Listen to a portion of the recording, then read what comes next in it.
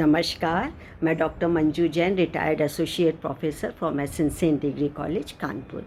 मैं पिछले कई महीनों से प्रेरणादायक कहानी नामक शीर्षक के अंतर्गत आपको छोटी छोटी कहानियों में से संग्रह में से कुछ कहानियाँ आपके साथ शेयर करती हूँ, जो निस्संदेह बहुत ही ज़्यादा प्रेरणादायक सीख हमारे मस्तिष्क पे छोड़ देती हैं, हमको सिखाती हैं कि हमें किस रास्ते पर चलना है, हमें भटकना नहीं है, और हमारे में एक पॉजिटिविटी लाते हैं, बदलाव ला कर के रखते हैं, जो कि जीवन पर्यंत हमारे साथ चलता रहता है। तो क्यों ना हम इन्हीं छोटी छोटी कहानियों से अपने जीवन को नियंत्रित करें, नियमित करें, अपने व्यवहार को दूसरों के अनुकूल, यानी जो दूसरे को अच्छा लगता हो वो करें। तो इन्हीं कहानी के संग्रह से मैंने आपके लिए एक कहानी का चुनाव किया है। मैं शीर्षक बताती हूँ, उसका है समर्पण।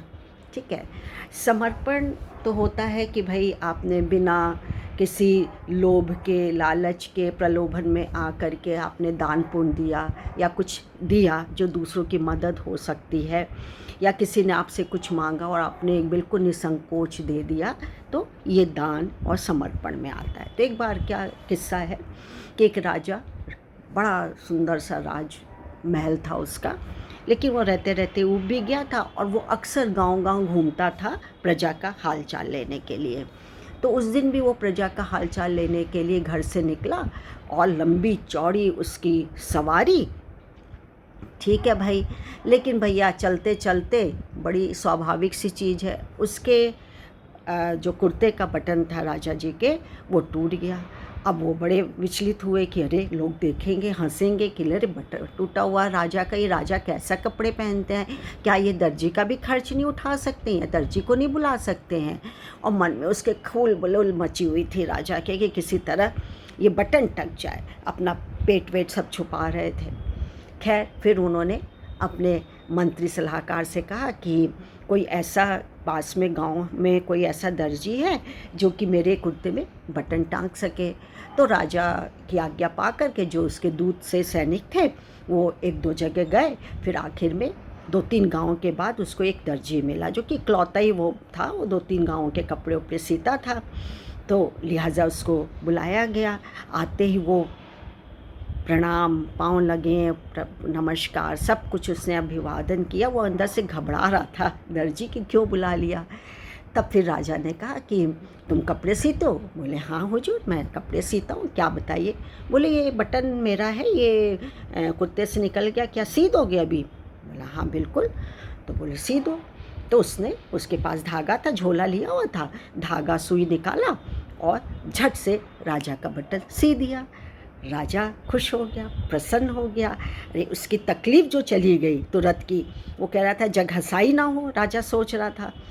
तो भैया धीरे धीरे राजा ने फिर कहा कि भाई तुम तो बहुत ही अच्छे कार निकले, और बुरे वक्त पे और ऐसे वक्त पे तुम साथ दिया है, और मांगो जो तुम मांगना चाहते हो, आखिर इसका दाम क्या हुआ। अब ये दर्जी जो सोच रहा था कि मैं क्या दाम मांगूं, बटन भी उनका, जर्सी भी उनकी, शेरवानी भी उनकी, और मेरा तो ज़रा सा धागा लगा है, मैं इनसे क्या मांगूं। फिर सोचा कि मैं यदि 2 पैसे मांगूंगा तो राजा सोचेंगे कि देखो मेरी औकात की, मतलब सोचता है कि कितना राजा जो कि कितना गरीब है और 2 पैसे की बात मांग रहा है, मुझको गरीब समझ रखा है। दर्जी ने सोचा कि राजा सोचेगा ऐसा कि 2 पैसे मांगूंगा तो ये मुझको गरीब समझेंगे, राजा को गरीब समझेंगे। तो बड़ा सोच समझ के उसने कहा कि हुजूर 2 रुपए, क्योंकि उस ज़माने में 2 रुपए बहुत ज़्यादा होते थे। तो बोला कि अरे 2 रुपए तुम अपने हिसाब से मांगो। तो बोला हुजूर, क्योंकि राजा तो चाहता था कि और दें, लेकिन उसने कहा कि हुजूर मुझे माफ़ कर दीजिएगा, गुस्ताखी माफ़ हुई। यदि आपको ज़्यादा लग रहा है तो आप जो मर्जी हो आप हमको दे दीजिए, मैं कुछ नहीं करूँगा, और मैं उसके माथे पे लगा करके मैं खुशी खुशी चला जाऊँगा, हुजूर जो आपकी इच्छा हो। तो राजा ने मंत्री से कहा, अपने सेवक से कहा कि इसको 2 गांव की भूमि दे दो, 2 गांव पूरा इसके नाम कर दो। वो अचंभे में कांपने लगा दर्जी कि ये क्या सुन रहा हूँ मैं गलत तो नहीं सुन रहा, मेरे कान कहीं ऐसे तो नहीं ख़राब हो गए। हुजूर ये क्या आप कर रहे हैं, राजा जी आप ये क्या कर रहे हैं?